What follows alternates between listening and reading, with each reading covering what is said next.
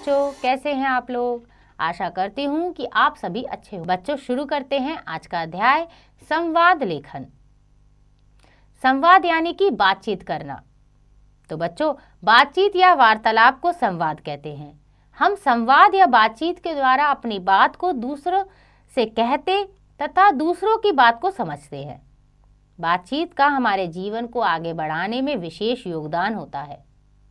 इस प्रकार एक दूसरे से की गई बातचीत को लिखना संवाद लेखन कहलाता है। संवाद लिखते समय कुछ महत्वपूर्ण बातों का ध्यान आवश्यक है, जैसे कि संवाद छोटे तथा सरल होने चाहिए। उनमें बनावटीपन नहीं होना चाहिए। संवाद की भाषा बोलने वाले के स्वर के अनुसार होनी चाहिए।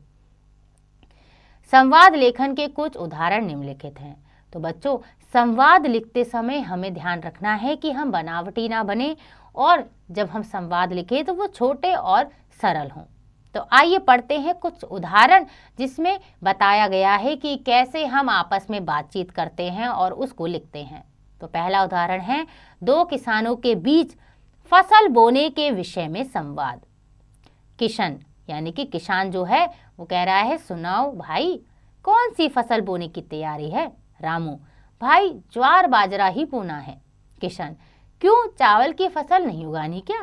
रामू, नहीं भाई, चावल की फसल के लिए पानी बहुत अधिक चाहिए।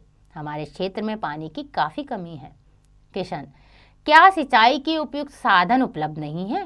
रामू, नलकूप ही हमारे यहाँ सिंचाई का प्रमुख साधन है, इसलिए भूमिगत जल के बचाव के लिए चावल जैसी फसल उगाना उचित नहीं है। किशन कहता है, सच भाई, आप वास्तव में एक समझदार किसान हैं। तो ये था एक संवाद दो किसानों के बीच में फसल उगाने के लिए।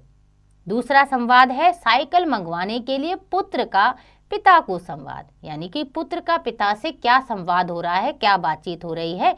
आइए पढ़ें। पुत्र कहता है, पिताजी मुझे साइकिल चाहिए। पिता, ठीक है, लेकिन इसके लिए तुम्हें कुछ करना पड़ेगा। पुत्र, लेकिन पिताजी मुझे क्या करना होगा। पिता, तुम्हें वार्षिक परीक्षा में प्रथम स्थान प्राप्त करना पड़ेगा। पुत्र, ठीक है पिताजी, प्रथम आने के लिए मैं दिन रात परिश्रम करूंगा। पिता कहते हैं, शाबाश बेटा, तुमसे मुझे यही आशा थी। प्रथम आने पर मैं तुम्हें साइकिल जरूर लेकर दूंगा। तो ये था एक संवाद पुत्र और पिता के बीच। आइए पढ़ते हैं अगला संवाद, जो है माता और उसकी बेटी के बीच। माता कहती है, बेटी क्या तुम कल स्कूल से अवकाश ले सकती हो। बेटी, क्यों माँ। माता, बेटी कल घर में कुछ मेहमान आएंगे, अगर तुम घर पे रहोगी तो मेरी कुछ मदद कर सकोगी। बेटी कहती है, माँ अगर ऐसी बात है तो मैं स्कूल से अवकाश ले लूँगी। माँ कहती है, बहुत अच्छा बेटी।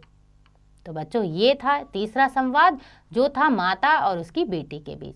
तो इस प्रकार से हम संवाद लेखन लिखते हैं। आशा करती हूँ कि आपको यह अध्याय समझ आ गया होगा। इसका अभ्यास आप स्वयं कीजिएगा।